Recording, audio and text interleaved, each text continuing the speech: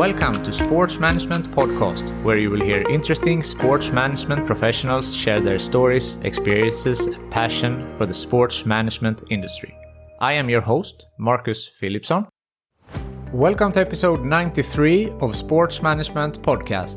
This episode is sponsored by InSport Education.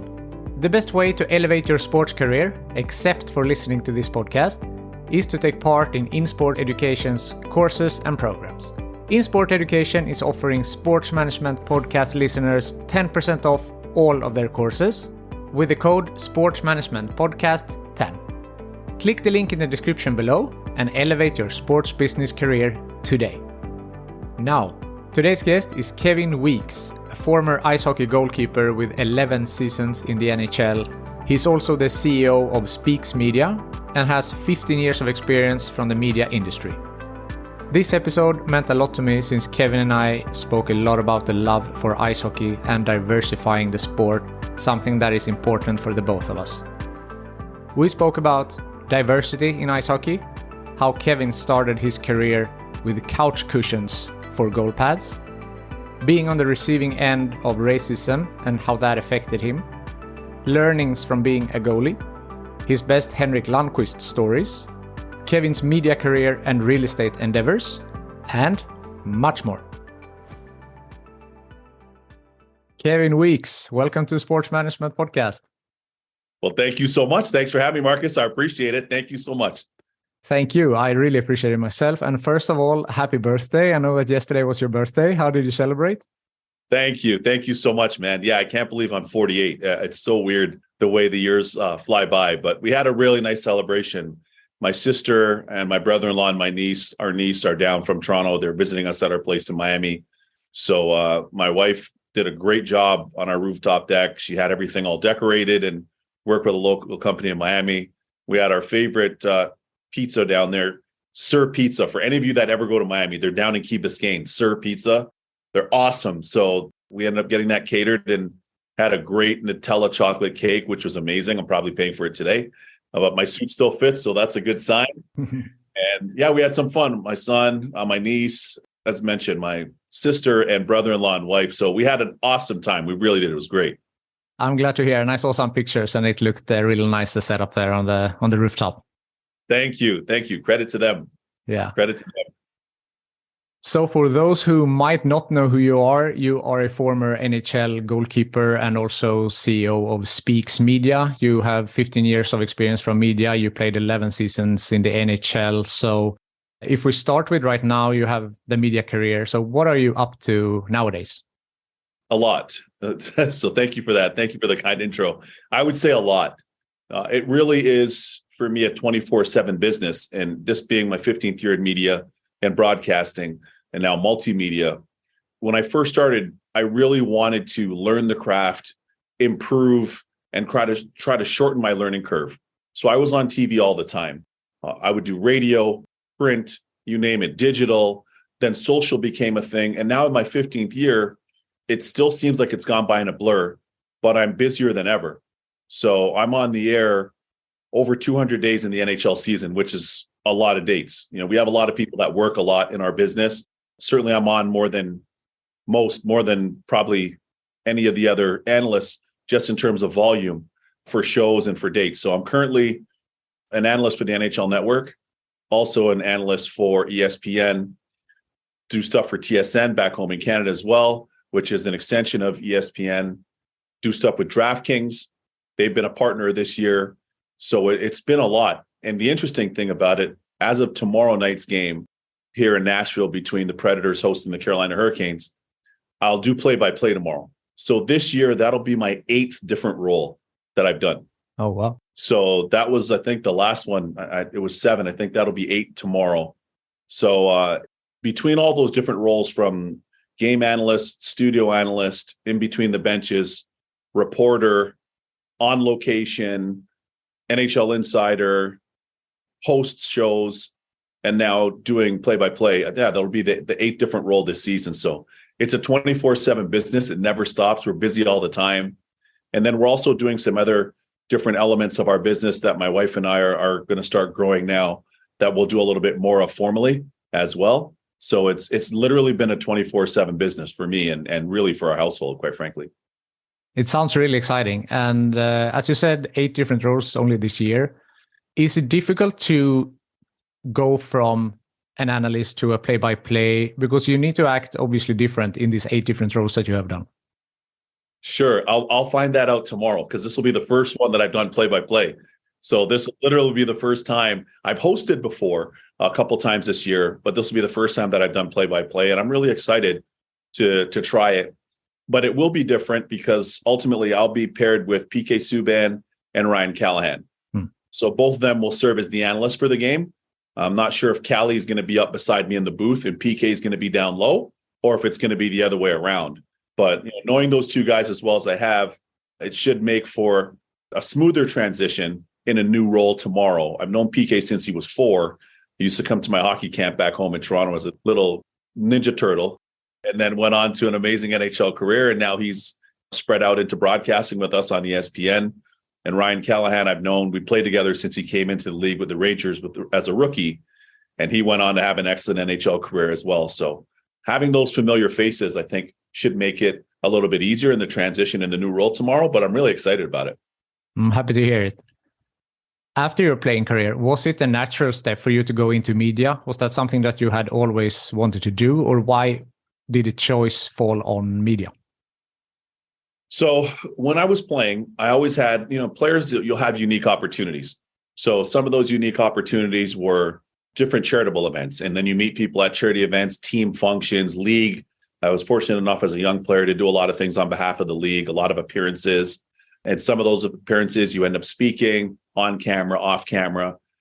And then literally since I was in junior in the OHL at 17 or 16, when I came into junior, I was featured on the CBC back home in Canada on their show, The Fifth Estate. So I was a part of the show that they did. A lot of people could YouTube that now. But I came into my rookie training camp in the OHL and they had the cameras because they were doing this documentary on young players in Canada, either playing major junior, Canadian junior, CHL, or playing US college hockey. So I was a part of that feature. So I became very comfortable on camera, very comfortable in front of a microphone or on radio or at any multimedia platform. And it just kind of evolved, to be honest with you, Marcus, over time, it evolved. And essentially, I ended up having a reel by doing all of those things. And then some of the real unique opportunities, like The View. I went on The View. I went on One Life to Live on the soap opera and a few other ones. Everybody Hates Chris, the Chris Rock show. So literally, I'd had this whole reel without doing so as much intentionally, but just by way of those opportunities. And after it was my 14th season pro and my 11th year in the NHL, that off season, we were back home in Toronto. We were back at home in Barbados, actually, because my parents are from Barbados. So we were back home in Barbados visiting. And as it turned out, I started getting phone calls from Hockey Night in Canada, from the NHL Network, from NBC and MSG New York. And they were expressing interest and asking if I was interested in becoming a broadcaster. And of course, going into that off season, I was like, my agent at the time told me, he's like, yeah, you're going to sign here. This team needs a veteran goalie. That team needs a veteran goalie. You're going to sign this. And as free agency started, it seemed like all of those spots that he was talking about, those windows seemed to be closing. And then the broadcasting windows seemed to be opening. And then there were windows opening to go and play over in the KHL in Russia. So I basically just started playing all of those things against each other and really tried to strategically plan what broadcasting could look like, potentially speaking. And I lined everything up that I was going to do the NHL Network, plus Hockey Night in Canada, and then plus a little MSG New York, and maybe a little NBC. And away I went. That upcoming hockey season, I literally just put my goalie gear to the side, hung up the pads, got in the suit, put on a mic, and away I went. That's a great story. So obviously you're a media pro now, 15 years of experience. You have done this and all of the things that you mentioned. Did you go through any official training, or was this you're naturally good at this and then you learned as you went? Or how did that process go? It's kind of a combo of all the above, but my parents are very outgoing people. As mentioned, we're Caribbean. My parents are from Barbados, so they're very people-centric. We've always had people over at the house since I was younger. They're very social. They're very outgoing. My sister's the same way. And I came by that naturally and my ability to articulate naturally. But I would say that in addition to that, having done all of those things before, what I mentioned to you, basically having those unique opportunities, those just started to build and then give me more confidence and more familiarity and more comfort on and off the camera. And then what was interesting was when I first started, for a lot of people, a lot of the listeners and the viewers, Hockey Night in Canada, the big night's usually Saturday night in the regular season. Saturday night on Hockey Night in Canada, it's the big thing, coast to coast. And you get so many viewers, anywhere from 1 million to 4 million viewers, depending on the matchup for the early games and the late game out west. And literally, when I first started, Marcus, I could have just done Hockey Night in Canada 1 day a week.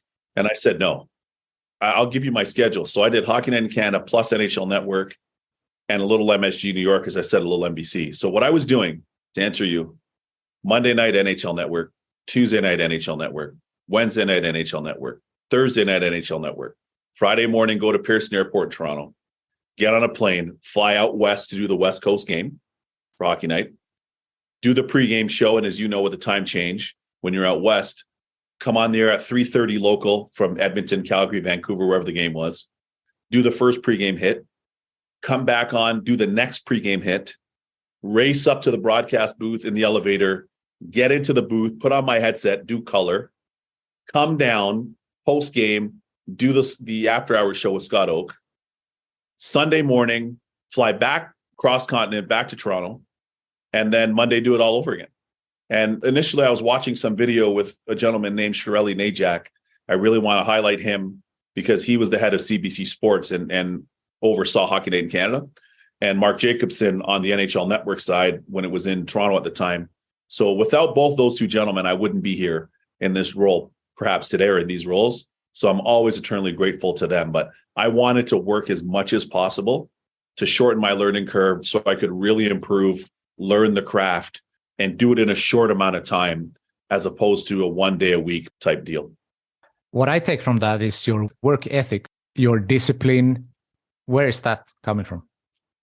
That's natural. It comes from my parents. My parents emigrated from Barbados to Canada, to Toronto. My mom went in 1968. She went back home to Barbados in 1973. Her and my dad got married and then they came back. So being the son of immigrant parents, you know that nothing is handed to you. And you see that work ethic, both parents in the household that worked. And, my aunts, my uncles, similar story. But I saw that example day to day. Those were living examples in the home. And when I went to start to play house league at Toronto Olympics at St. Mike's Arena, the world famous St. Mike's Arena in Toronto, when I went to go register for house league at 6, when my parents brought me, I never, from the time I was 6 years old and I started playing hockey, didn't try in a practice or didn't give 100% in a training session or power skating or goalie school or anything. My parents never had to push me to work harder, to try harder, to care more. And as a young kid, I realized how expensive hockey was and the time commitment that my parents were making. And the good thing for me and for us is that they were learning. We were all learning as we went along. So they didn't know and they weren't pushing this on me. This is something I really wanted to do since I was 6 years old. And in the first grade in school, when I was 6, Miss Mahar was my teacher. And I wrote a book and I had an illustration. I'd drawn myself as a goalie with a scoreboard, with the NHL shield, with the NHL logo in it. And right from when I was 6, I knew I wanted to play in the NHL. That was my life goal. I wanted to make it as a goalie. So that same work ethic that I had as a young kid, as a teenager, as a professional through all my years playing, I wanted to apply that same respect and work ethic for the craft in media. I didn't want to just come in and just act like I deserved the job. I have the job. Because remember, I'd had years of being a goalie. I didn't have years of being a formal broadcaster. And I wanted to shorten that. So that's why I treat it with the respect that I do. And that's why I work as hard as I do. Yeah, that's very inspiring. And you said that discipline came from your parents. Mm-hmm. But are there some skills that you have learned from hockey that you can now implement in your media career? Totally. So, and I'm glad you asked that. Here's the thing for me. I really aspired to play in the NHL since I was young. Everything for me was the NHL, the NHL, the NHL, the NHL. And once I got to the league, I'm not going to get into some of the political things that aren't as good. We can as we go along. But I saw the attention to detail. The margins were so small, a fraction of an inch. My glove here or my glove here is the difference between a save or a goal. The fractions of time, milliseconds, all those things, and the level of professionalism, dressing room, everything, equipment, sticks, tape, not like, your sticks didn't show up. Your new pads didn't show up. None of that BS. No. Everything is razor's edge. And that's the way I'm wired in a lot of ways. So that was very natural to me. And I wanted to take a lot of that and a lot of those characteristics and apply it to broadcasting. So right from the beginning, I wanted to make sure my suits look a certain way, pocket square a certain way, haircut, all the different things, discipline, team player, especially as a goalie, even though you're an individual, you're still the most important piece of the whole puzzle. And it takes everybody around you on and off the ice to have success. So I really tried to mirror that same approach in broadcasting. And then the other thing too is, this sounds funny, once you can be a goalie, you can do anything. So a lot of times if there's people around us that are off the camera, like, oh, we have to do this. And then the camera's going to be over here. And then we're going to do this. And then we got to make sure the audio. And then I'm like, hey, settle down. Hey, relax. Sports are the toy department in the department store. Okay. We're not saving lives. We're inspiring lives. We're entertaining lives. But let's keep this in perspective. And after being an NHL goalie with all that pressure, especially being a Black goalie, to me, all of this is just gravy. And I really enjoy it and not allow myself to think that, okay, tomorrow night we're going to be on the air, for example. It's my first time doing play-by-play. You know what? I played against Wayne Gretzky. I played against Merle Lemieux, played against Peter Forsberg, Nicholas Lidstrom. If you could do that, to me, you could do anything. So those are some of the characteristics that I try to apply on the broadcasting side. I would agree with that. You said that if you're a goalie, you can do anything. Sometimes you say goalies are weird. They're usually, the odd ones on the team. But maybe that's a strength. That's your unique edge. It is a strength. It's a unique edge because, first of all, you're willing to put the accountability on your shoulders. You're willing to take on the weight of that responsibility and the opportunity of that responsibility. And you know that what you do doesn't only impact yourself, even though you're the only individual in the net. It impacts everybody that's playing in front of you, that plays with you. It impacts the staff, the whole organization, the fans, your family, your friends. There's nowhere to hide and no way to hide, as I said, as a goalie. So I think there's a lot of uniqueness to our position, quite frankly, that's helped me in media, in business, in life on a 24/7 basis. It's such a unique perspective and a unique set of circumstances in the role.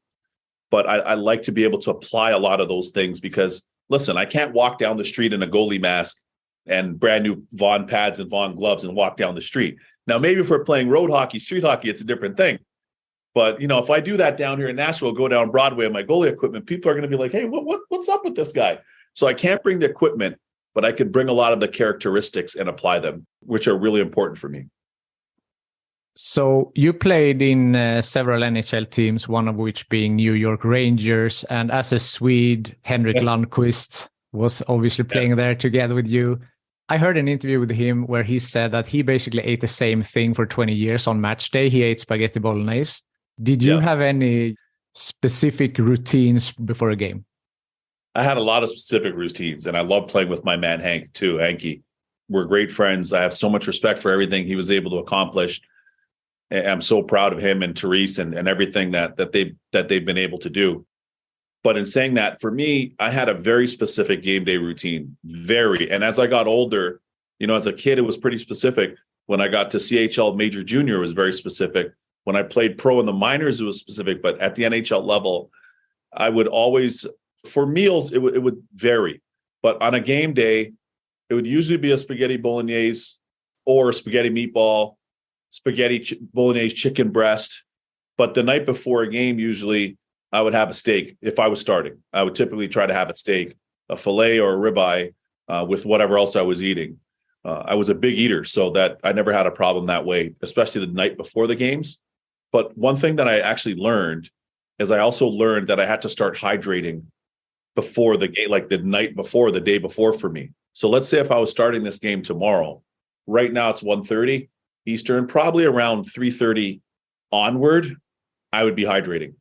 So I'd start, increasing my water intake. I would start increasing my bananas. Then tomorrow would be the game day. In the morning, I would go through that, have oatmeal, have a banana, protein, go to the arena, come off the ice, rehydrate, bananas again, have a pregame meal, nap, and then go to the game. And when I would go to the game, I'd have more water, banana again, because I was prone to cramping. So if I didn't hydrate properly, and I had that when I was younger, I didn't understand. I didn't know better. I had to learn the hard way one night when I was playing for the Islanders. So those are some of my routines that I went through. Interesting. And I think a goalie can lose like up to 20 pounds just in water weight or something during a game, or 15, something along those lines. Yeah, it varies. Yeah, exactly. So depending on where we were playing, if we were playing in hotter places, and I played in Tampa and I played for the Florida Panthers too. So having played in Florida in some of those warmer buildings, of course, in warmer climates, I would lose anywhere from 8 to 10 pounds in a start in water weight. But that was something that I had to learn to manage, and I learned on the fly because, you hear people, hydration. You're like, I'm young, whatever. And as I mentioned, I remember one night playing for the Islanders on Long Island, New York. I cramped up so bad I could feel it in the soles of my feet, my calves. Then I started feeling the hamstrings, and that was the second period. We were getting outshot already, like almost 40 to 10. And then in the intermission, they had me hooked up to all these IVs. So I was sitting there like Frankenstein. I had all these things on me. And then we came out for the third period, and we were on a penalty kill. So the opposing team was on a power play. I think they were on a 5-on-3. Shot, move. And I couldn't move anymore. It's just my body just shut down. I just went into full cramping. And they had to push me off the ice, literally, like push me like a shopping cart. And I had to go to the hospital in Long Island that night, get all the electrolytes, get all the testing. So that was a lesson learned for me on how and why hydration was so important, and how I had to learn how to do it, especially the day before games and the day before games where I was starting. Interesting. Before we get into how you started playing hockey in the first place, I feel like everyone has their best Henrik Lundqvist story. What's your best story from Hank? You know what? I have so many hanky stories, but I will tell you this one. I'll tell you a couple. So it was the year we didn't play the work stoppage, 03-04. And I didn't go over to Europe. Some guys went. I'm like, I don't know if I should go. Should I not? So I stayed at home in Toronto, and I was skating with my goalie coach, Sudzi Maharaj, who's now the goalie coach, longtime goalie coach for the Anaheim Ducks. But he's a Toronto guy too, and he was my personal guy in the off season. So we were skating together. I was working out, skating together. And I kept hearing from buddies of mine that were playing over in Sweden. And they're like, Weeksy, man, this Lundqvist,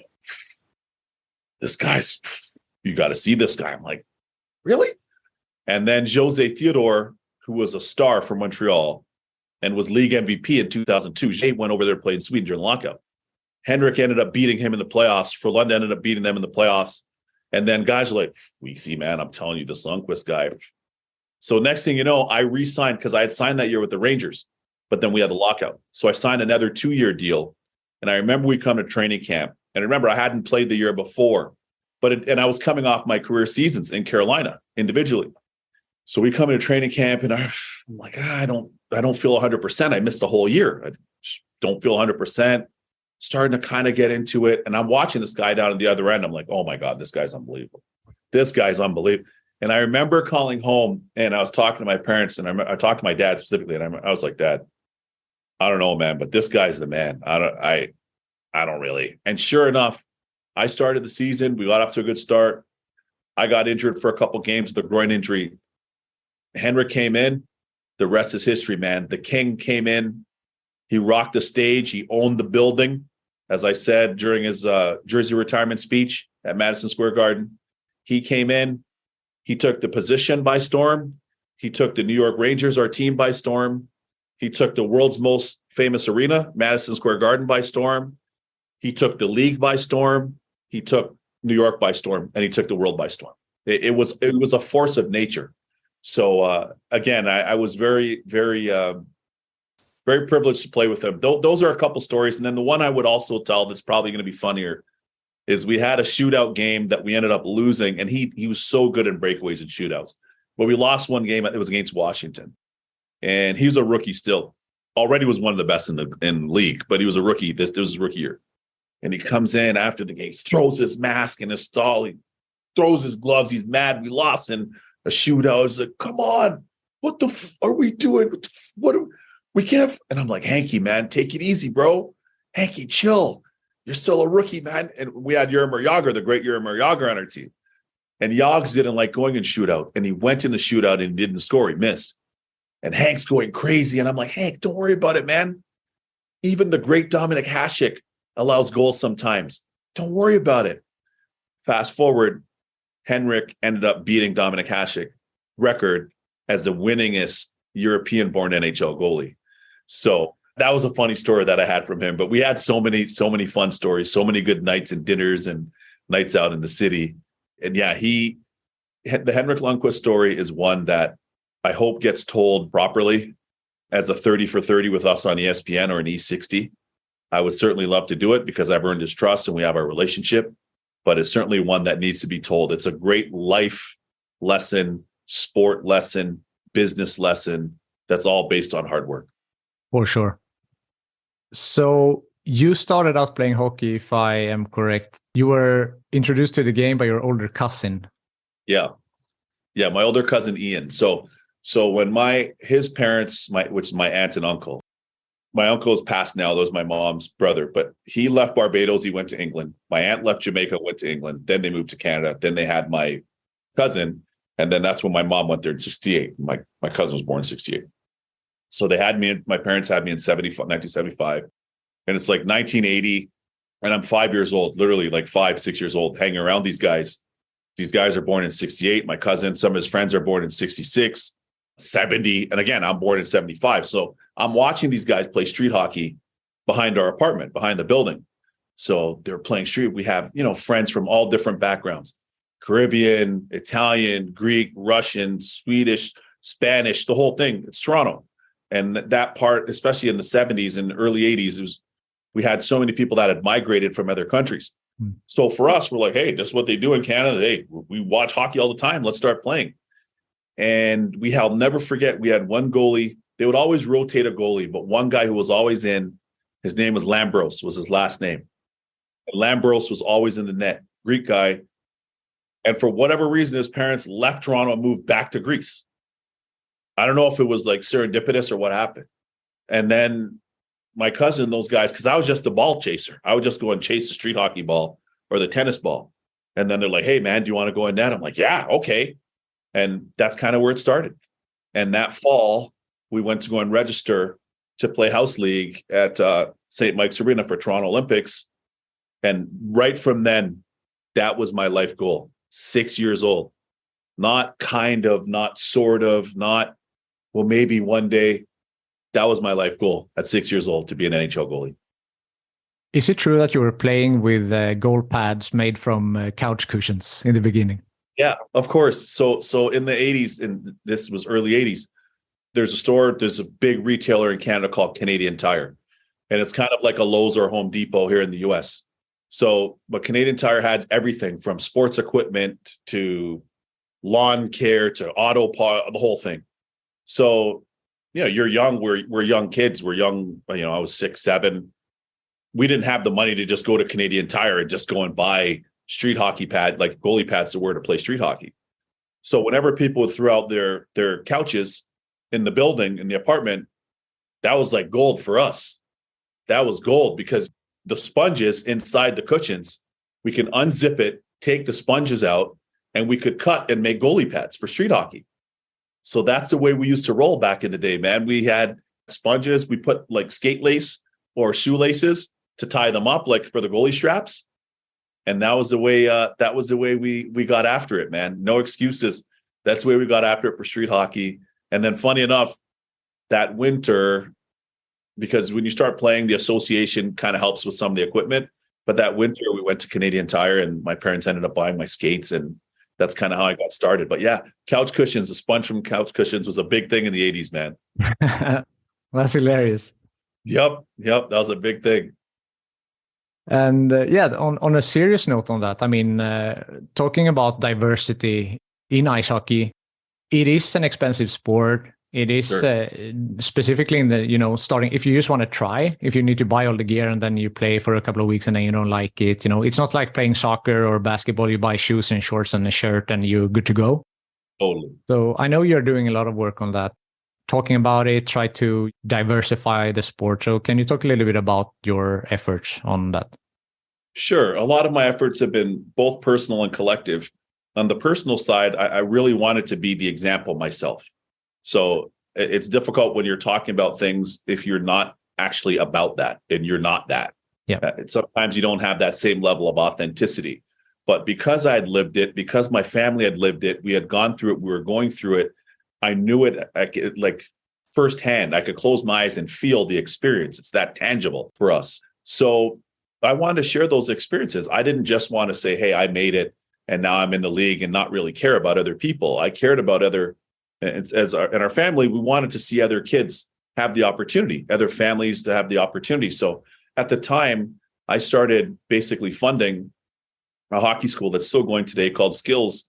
And there are a lot of kids, first generation kids, not only kids of color, but first generation kids whose parents may have just immigrated or recently immigrated to Canada, or who were just trying to try the sport, who had never played before, or who had just started playing.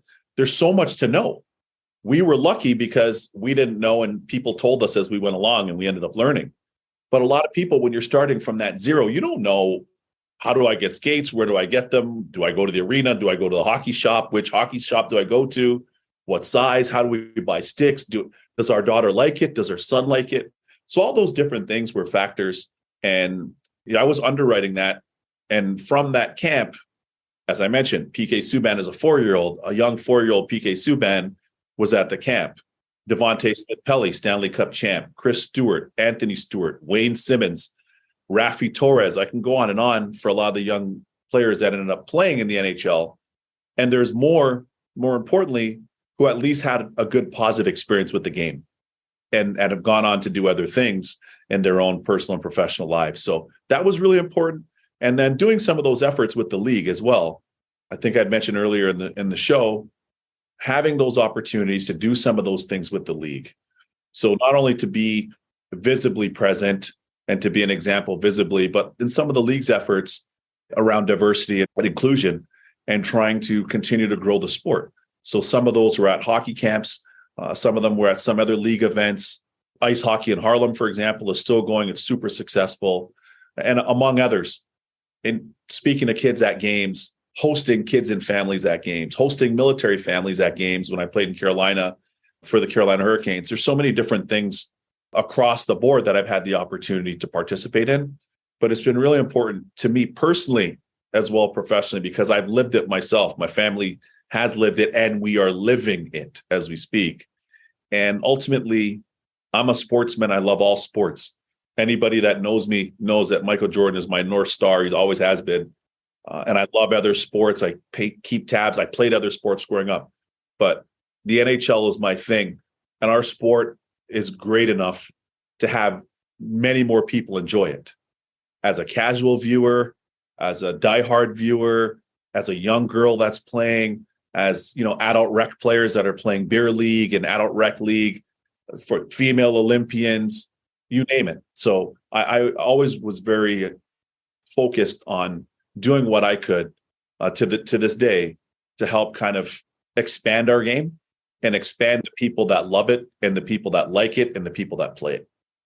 For sure. And it's so important with role models such as yourself. And there are, of course, other, minorities. There women as one are a minority in hockey. We have now Pride Month in NHL right now. So there's a lot to do. But I mean, you have taken the first step. Black player in the NHL, which was a minority. You were also the first to call an NHL game, a black commentator. Mm-hmm. How important do you think that is for kids to have someone like yourself to look up to? Thank you. It's always awkward when you're speaking about yourself, but I would say this. For me, it was everything for me to be able to, as a young goalie, see the great Grant Fuhr, to see Freddie Brathwaite, to see other Black players and Black goalies. It was really important, but not limited to, because that Mike Richter, Dominic Hasek, all these other, Patrick Waugh, Ed Belfour, they're all part of, the guys I was looking up to. But it made it feel that much more possible when I saw people that looked like me, not limited to. I would then say on the broadcasting side, what's been really cool is I'm not hiding behind a mask and equipment anymore. So what's really important is for people to see myself or other people or females or LGBTQ members or any visible minorities or anybody from a unique story. It's very important because it starts to make that more normal. It helps to normalize it.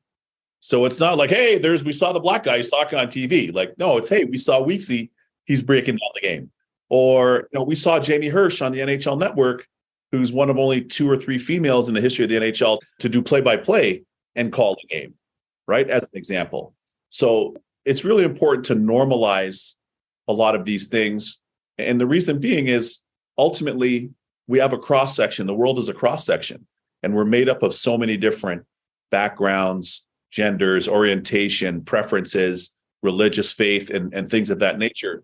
And something that's very important, Marcus, and I can't say this enough, anybody that walks into any arena, anywhere in the world, should feel comfortable with who they are.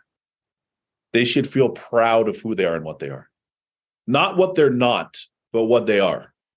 So you come to any building, your parents are South Asian, East Indian, Pakistani, Swedish, Finnish, Jewish, Irish. You should feel when you walk into an arena or any sporting venue at any level, you should feel comfortable. You should feel proud that your last name is Forsberg or Eriksson or Goldstein or Smith or whatever it is. You should feel proud of yourself, feel proud of your heritage. Your family members should feel comfortable when they're there. Anything less than that, excuse my language, is bullshit. Anything less than that, it should never happen. You should always feel comfortable because sporting venues, and as you know, sporting venues are often community centers. So a lot of the arenas that I played in Toronto, we have over 100 plus rinks, the most arenas in any city in the world. A lot of them will be called a community center or sportsplex. And those are gathering centers of the community. So it's really important for people to, in any level of sport, but especially at grassroots, to feel very comfortable. And to feel comfortable, you have to be welcome. And that's very important because I know the feeling when you're not. And it's not a good feeling. And I don't wish that on anybody.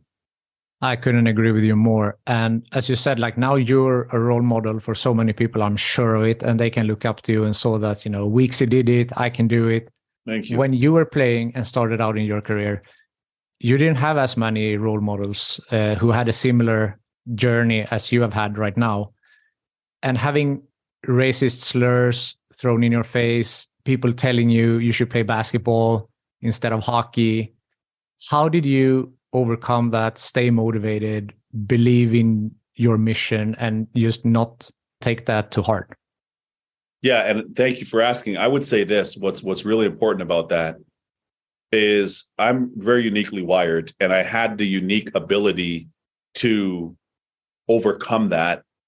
And those are still scars, though. Those are still scars. Those are still things that are hurtful, that are upsetting, that are confusing. And quite frankly, nobody should have to go through those things. For me, because I'm wired the way I am, I was able to persevere. Very fortunate to have, a loving family and a great family and a very supportive family and some great friends that I'd known since I was young that were part of my support system. Also, I'm fortunate to have my agent, Paul Theophanis, who I had when I turned 22 or 23 in Tampa. And I've had him the majority of my playing career and then a lot of my broadcasting career right up until right now, because he's somebody that's an advocate. He's an advocator. He's been an advocate, both in his professional life and his other professional life and his military background, and then some other things that I'll respect and keep private. But at least he's always been an advocate and somebody that's pushing. Whereas sometimes when those things happen, you don't have the support, or you don't have people supporting you. Maybe they have the same beliefs as the people that said those things to you. So it's been very difficult that way. And I can tell you there's a big discrepancy between playing time, compensation, and your playing contracts. Certainly as a broadcaster, at times your compensation, at sometimes opportunity.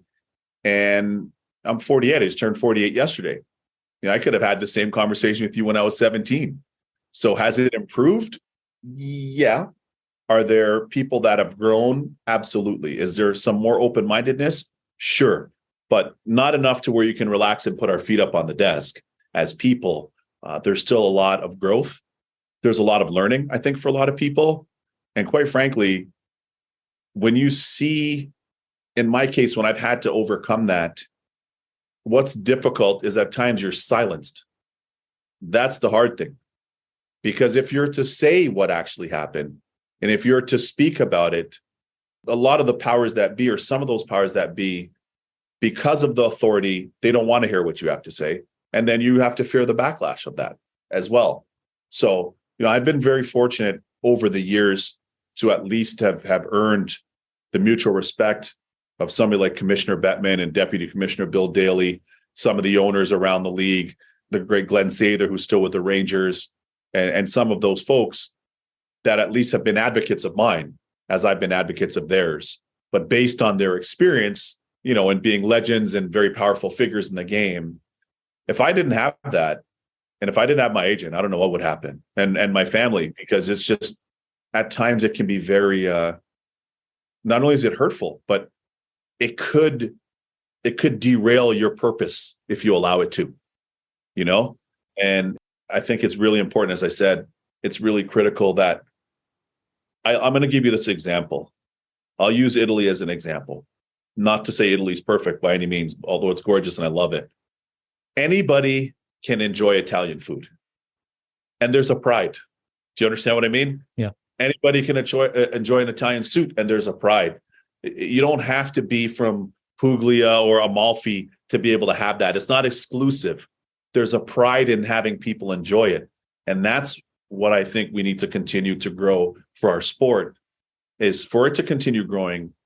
Be proud of as many different people of walks of life that are fans or that are players and that aspire to work in the game. Because the more it matters to more people, the more it matters and the better it is for everybody. Definitely. I like that comparison. It's a good one. Thank you.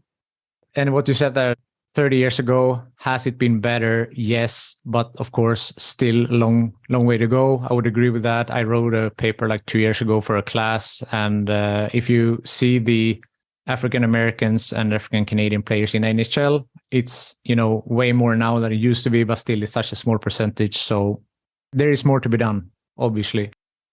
Absolutely that. But again, so important with pioneers or, someone who takes the first step as yourself. Also, recently we had the first black GM in NHL, which I think that also you applied for that role. You interviewed for that role, right?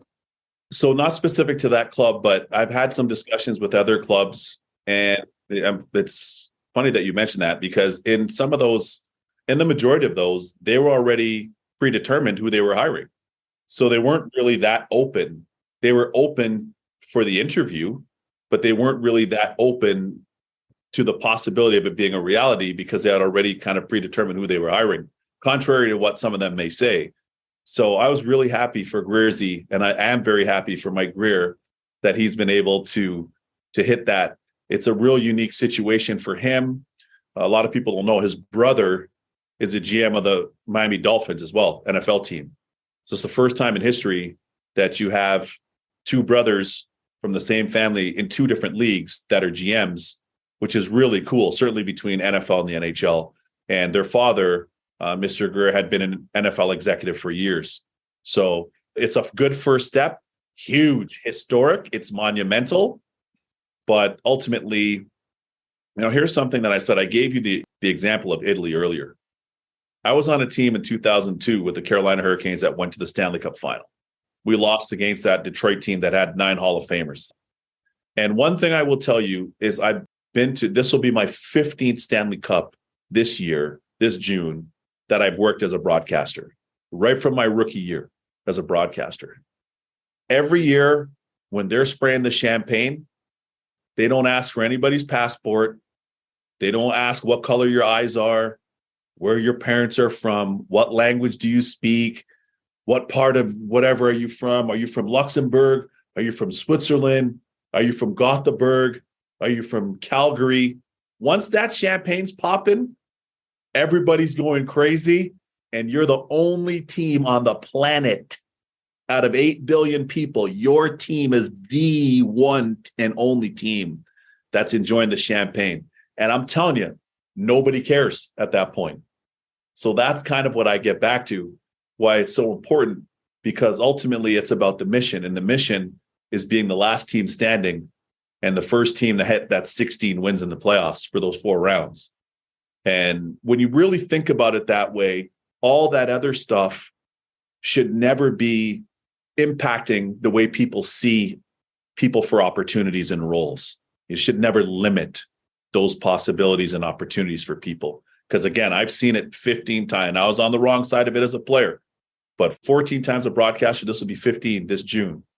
And nobody cares, man. Once you're spraying that champagne, it's the ultimate feeling of collective success and being the best in the world. And ultimately, that's what we're here for since we were kids playing in the street.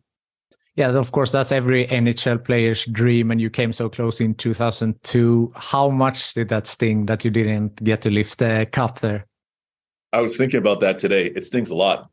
It really does. It stings a lot because you never know when you're going to get that opportunity.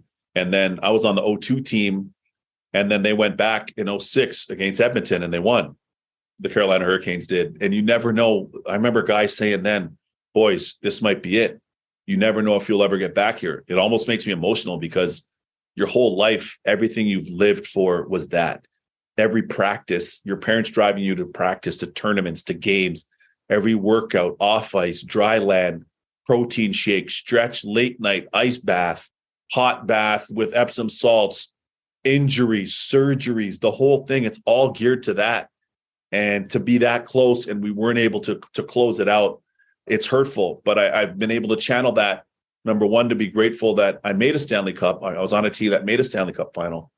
And number two, as a broadcaster, I've been selected to work them every year for the last 14 straight years. So at this point, that's part of the win for me in a different way right now.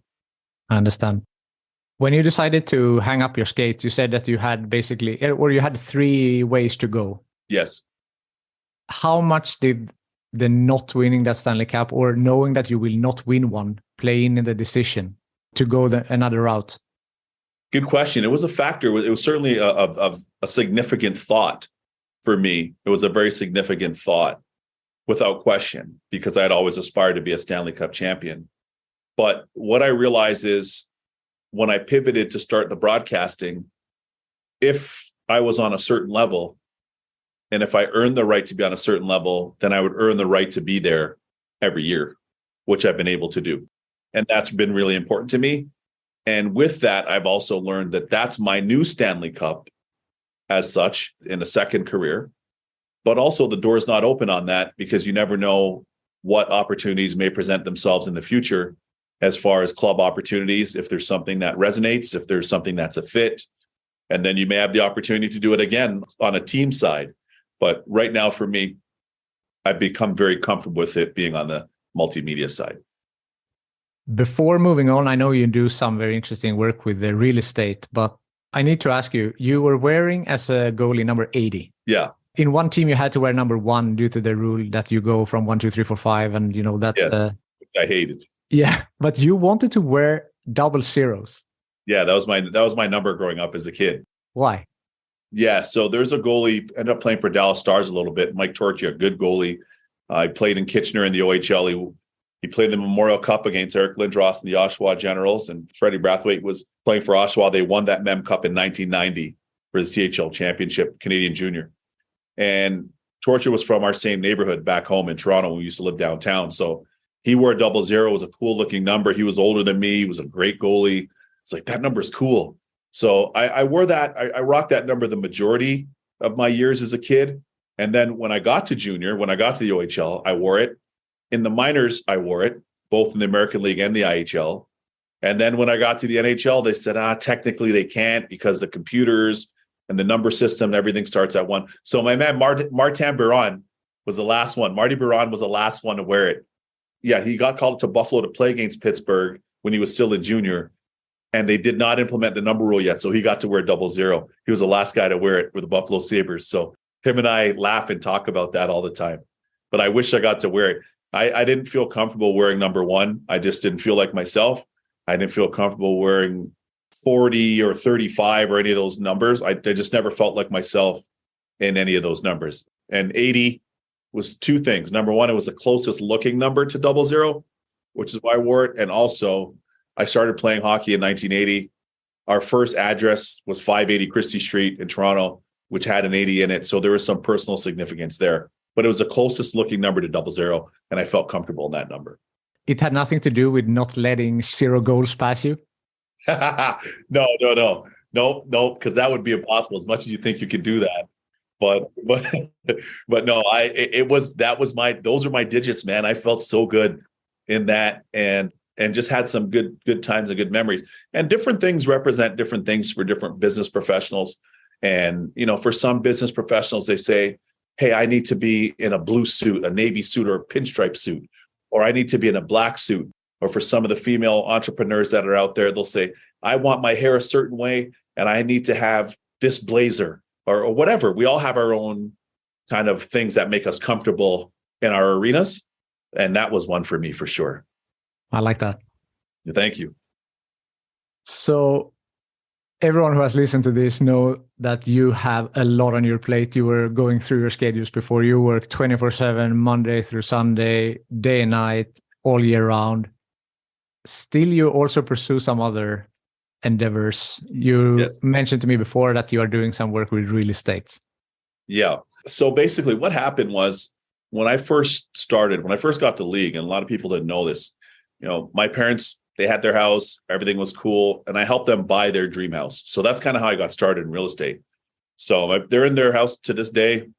Everything's done. Everything's paid off. I paid everything off for my parents and for all that they did for me and my sister. So they live in their dream house in Toronto. It's been awesome, but that's how I got my start in real estate.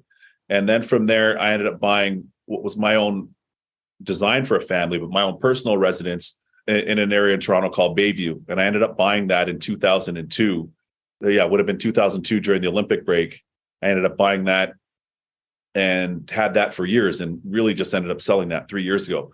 But that was my first kind of personal step into real estate. And a good friend of mine and a realtor back home in Toronto named Patrick Wu, he always said, he goes, don't wait to buy real estate and wait.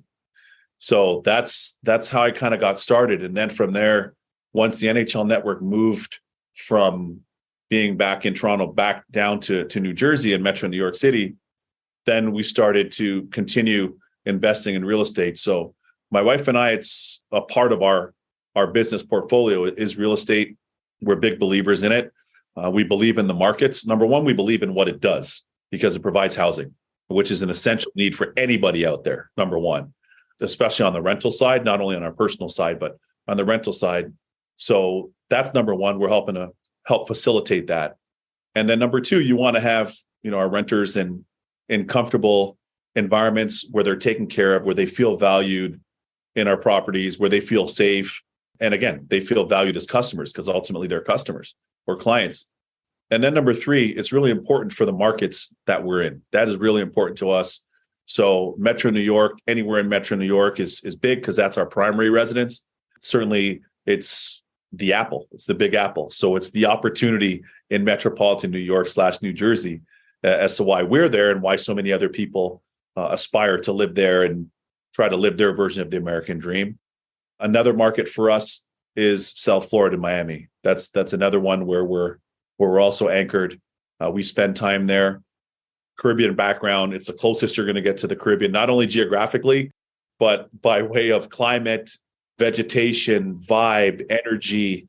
So South Florida is another one of the markets that we're invested in as well. So real estate has been great. We love real estate. We're big believers in it. We certainly know that in certain ways, it becomes generational for sure, in terms of, the assets that they can be, especially for those of us that are in the ownership space. And quite frankly, too, Marcus, for us, ownership is something that was really important, because when you've been disempowered, nothing more empowering than being in a position of ownership. And not to satisfy ego, but ultimately to take away some of the barriers, as you and I were talking about, and some of those restrictions that can only limit you to get to a certain, or only allow you to get to a certain level.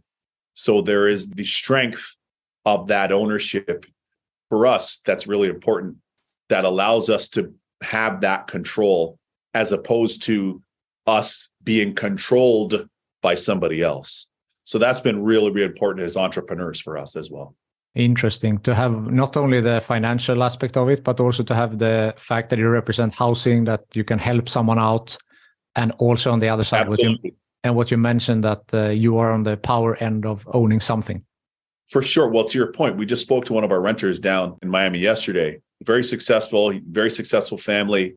He runs a very successful business in fueling of commercial aviation, military aviation, and fueling. And I have to keep his identity private, but had a really good conversation with him yesterday.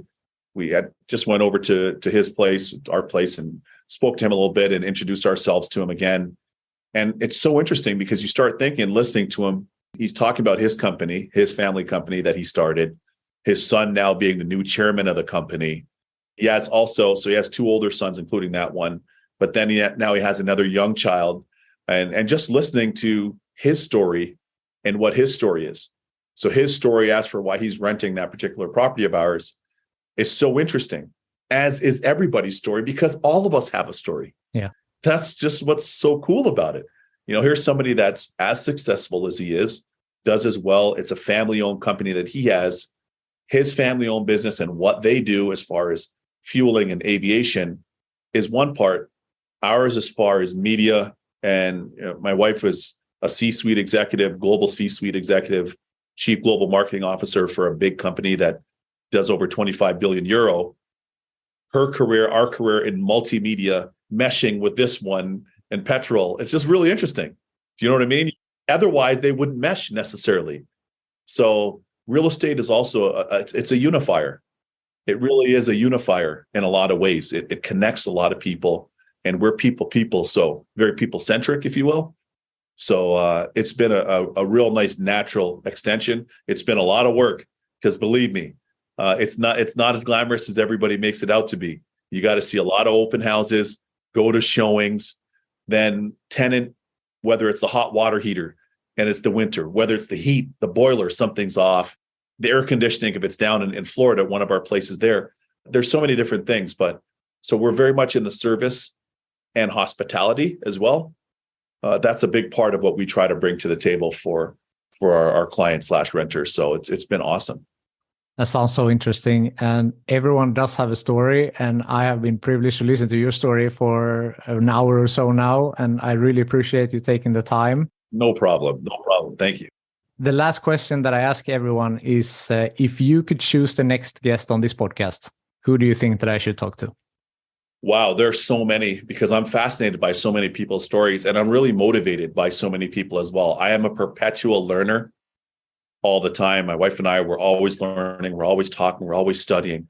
So with that being said, I would say this, and I'm not sure if some of your viewers are going to know this, but if they follow football / soccer, they're going to know. I'd love for you to get Fabrizio Romano on. I'd love for you to get the super newsbreaker, the super insider from soccer / football, the best in the game, probably the best insider in sports as far as information. Obviously, soccer, football is unique because you have all the different leagues. Don't get me wrong. So it makes it very, there's a lot of information all the time, because you have the different club level, you have the national team duties. So whether he's breaking something on Zlatan Ibrahimovic or it's Ronaldo going to El Nasser, whatever it is, he's always on it, and he's very interesting. He's outstanding. He's multi-platform as well, and he does a great job. So I would love to hear an interview with you and him, not limited to, I could give you a whole list of names, but right now I'd probably say Fabrizio Romano. I think that'd be really cool. That's a really cool name. And speaking about breaking news, you are doing that quite frequently on your Twitter for ice hockey. Thank you. Yeah, it's something that I've been doing it over the years, and I would sprinkle it in because I'm so busy doing the other media roles, whether it's color, commentary, studio analyst stuff, whatever else it is. But I never like to be satisfied with limiting potential. And uniquely, as an insider, I'm the only former athlete in any sport that's an actual insider. All the others are reporters. Some of them are analysts. Some of them are studio people, writers, and all of them do a great job in their own way, which is really cool. We all, as I said, everybody has a story. But a part of my story is the fact that I played in the league and I played with and against a lot of these people, for a lot of these people. And I do have a lot of trusted relationships that I built. And one of the things with that is there's a lot of information that I get that I don't share just out of respect for the relationships. And especially when people ask me to keep certain things private and based on the nature of our dynamic, I'll always respect that. So put it this way, there's 99% of the things that I don't break. So the maybe 0.5% or the 1% of things that I do break, it's been a lot of fun, but that's a different animal because as I said, you're chasing news all the time in that role, right? So I add that to the other 7 things and I'm just, you're chasing news. And sometimes things come organically just by way of conversations. But here's the best part about that is people were laughing when I first started because I do it with my cell phone and people are like, Weeks, that's hilarious, blah, blah, blah. So, I've had some fun with it. My wife and I, she kind of conceptualized that element. But I'll be very honest with you, Marcus, here's what happened. Quite frankly, for some of the media partners that I've worked with and that I work with, I was going to them, telling them I had breaking news. We'll see. We have so-and-so doing it. We can't get it on this segment. We can't get it on maybe tomorrow. News doesn't wait on anybody. When does news wait on anybody? News happens when news happens. Life happens when life happens. Do you get what I mean? There's some things we can control in life, but I got news for you. Yesterday, for example, we're having my birthday party. My sister, brother-in-law, niece, Annalise, they just come over to the house.